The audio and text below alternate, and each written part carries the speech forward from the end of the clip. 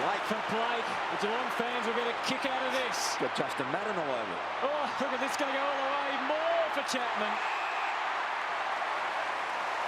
Well, he'll go back and kick his 5th goal, and that'll be 34 goals, 15 for the season. And he just makes the most of his opportunities. And what about Mark Blake? How good was that? So this time Blake sets up Chapman, who pops it through for his 5th. More high fives for the Geelong players. And he's back, he's come through.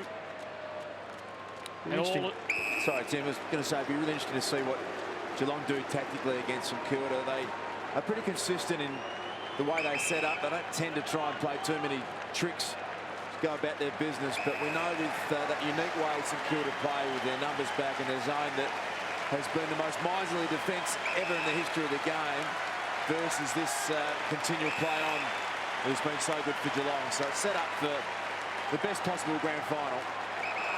So Steve Johnson has come off and is about to be wrapped in cotton wool. Tommy Hawkins has come on for that last shot at the television. As the Cats play out time, 73-point leaders. They are marching into the grand final. It's been a painful night for Collingwood, but a night of triumph for this club, which staggered for a couple of months in the second half of this season, sufficiently to have even its most faithful beginning to wonder. But they reckoned without their hardness, without their belief, and without the pain of last year's defeat and its effect. There's an extraordinary finish now as Geelong really just keeping themselves out of trouble, keeping the ball out of Collingwood's way, and the Magpies with no will for the battle anymore. It's a bit of a sad end to what for an hour was a very spirited contest. such is the modern way. So they wind it down.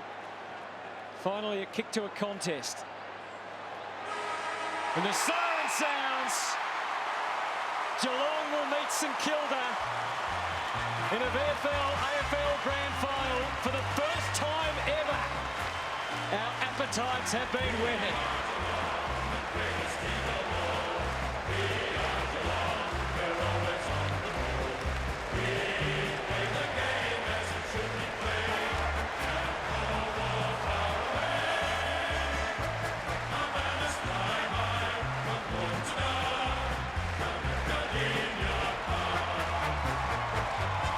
Extraordinary second half by Geelong. They led by 11 at the major break, but they looked a little nervous. And there's Mick Malthouse, who tried to lay the gauntlet down to Bummer Thompson during the week. Let's get down to Mark Howard, and he's got Gary Ablett. Well, just sucking the breath in, mate. That was a tremendously emphatic win tonight, Gaz. It was fantastic. I thought the boys played really well. We let them back there in the second quarter, but we sat down at half time and had a bit of a chat and got things right, and it's great to come over with a win. So. Great win tonight. I'm sure you watched last night's game. She said for a cracker next Saturday. It'll be a great game. I did watch it. It was a very close game, and the Saints played well, so we're looking forward to it. Now, if I got a couple of bucks in my pocket on Monday spare, should I put it on G Ablett for the Brownlow? Mate, who knows? I mean, I'm going to go along, enjoy the night. Whatever happens, happens, and we've got bigger and better things to worry about. A chance at a premiership, which would be great. So. Good on you, mate. Have a great week. Kel. Yeah, thanks for that, Howie. Well, Tom, the Cats are into their third straight grand final, but you're into your first. You must be just bubbling with emotion at the moment. Yeah, definitely. It won't sink in for a bit, but to play in a grand final is everyone's childhood dream. So, Dad wasn't quite able to get there against Collingwood when he was playing, and it's great for the club, and I'm very excited. And you mentioned your father, Jack, a former Cat, obviously. Did he make the trip down? Is he here today? Yeah, Mum and Dad are here, so look, it's they wouldn't miss it. Dad was at home watching local footy and made it down here today, so it's been a great night. What do you think he'd make of this? His son's into a grand final. What would he make? Yeah, he'd be very excited.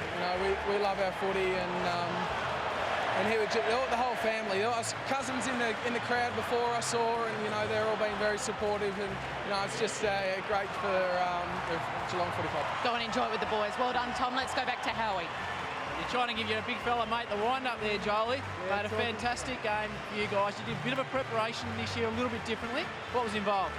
No, we just trained a bit harder than what we had the last couple of years, and paid off tonight. The boys come out and ran out the game well, so put ourselves in good stead for next week anyway. And how are you travelling, mate? Third season, third prelim final win. You're into your third granny. It's just an unbelievable run. Yeah, pretty happy, mate. Pretty happy. It's been a good roller coaster, and hopefully we can finish the job next week. Good on you, mate. Have a great week. Great emotion for the Cats. Gary Ablett. And it is official. St Kilda will play Geelong. The two powerhouses of season 2009 have made it through to the last day in September, and we're going to be there to bring you every minute of it.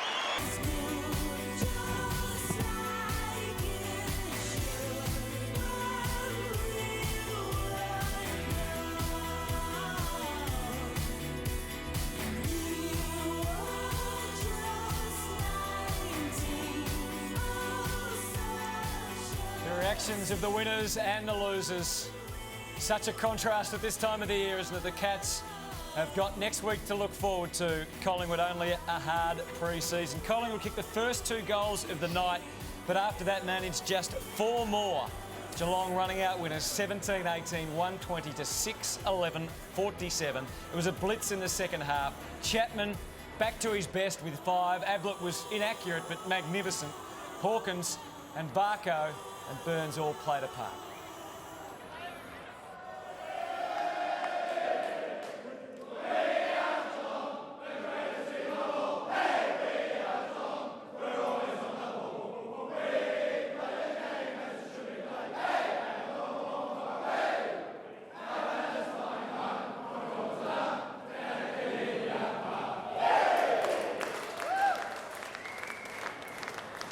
With that, yes, thanks for that Hutto. Well, Mark, we were just saying congratulations, a really rare achievement into your 3rd consecutive grand final. Irrelevant of what the result is next week, that really is a rare achievement in the modern game.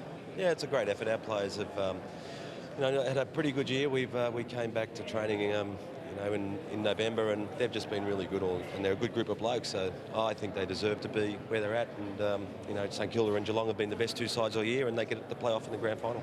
You're back to the Cats of old tonight. Have you got one more win left in you to achieve what would be AFL greatness? I think it's going to be a great game, and I think that the way we played tonight was pretty fantastic, especially the second half, so let's hope we put our best game on, St Kilda put their best game on, it's a close game and Geelong win. Mark, congratulations on being in another grand final. Terrific performance tonight. You must be really pleased to see players like Ottens come back into the team and perform so well, and so too Steve Johnson. Yeah, look, Rob, it was pretty fine towards the end of the season whether we'd get them back or not. And, when you see Ottens taking marks down there deep in the forward line, that must be a worry for any club's defenders. And Stevie Johnson's just so creative for us to have him back. We all thought he wasn't going to be back, and I don't think the operation could have been a better result, any better result. So for him to be back playing tonight, he did look okay and run around and did help us win the game. It's a fantastic bonus. Bomber, during the week you seemed very calm and relaxed. Was the distraction from Mick Malthouse, did it have any impact at all on the way you went about building up for the game? Not really, not at all. I never mentioned it all week, Hutto, and our guys, we don't involve ourselves in that much. They're not impressed by that sort of banter, and if I had to use it as motivation, they would have said, hey, coach, that's a bit stupid, that's a bit old-fashioned, so just leave that one alone. Let's concentrate and tell us how you want us to play. Well, congratulations. We've got to leave you there, but it's going to be a fantastic match next week. We're looking forward to it. Well done. Thanks a lot. Yeah, look forward to it too. Bomber Thompson, I think we're all looking forward to it. It is the grand final that the neutral supporters were looking forward to the most. Mick Malthouse, who was the pressure on tonight, do you think, Rob? Well, it was on all of them. It's on all of them. Any coach who says that he hasn't got pressure, of course he has. You know, you're carrying the weight of your football club, your sponsors and your supporters in particular.